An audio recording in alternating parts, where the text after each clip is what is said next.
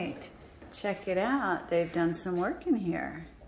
And it just needs you to come do a little sweat equity, okay? Flooring's looking good here. Old windows, yeah, you can use them for a while. Nice big utility room, and they got the flooring done in there too. And here we have some laminate flooring in the dining room. So that's, you know, you live with it or you fix it, right? And in here, yes, we have the popcorn.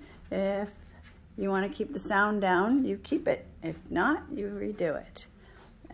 Out there, nice covered patio. There's practically an orchard at this place. Got so many trees. And it's a corner lot. It's got the weirdest roof on earth, though. One of those tile roofs that's been painted over. So it's definitely in the category of sweat equity.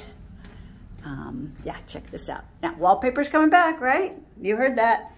If you haven't, you heard it now. Sorry about the scuffling shoes through here, but that's how I take videos. Wow, is this multi-bedroom? We've got like 3 bedrooms. That's kind of rare for a Sun City West home. Hi, yeah. Just stopping by an open house here. More wallpaper for you. Don't go to the store and buy any. Get a house that's already got it. And you're in. All right. And take care. Call me. Bye.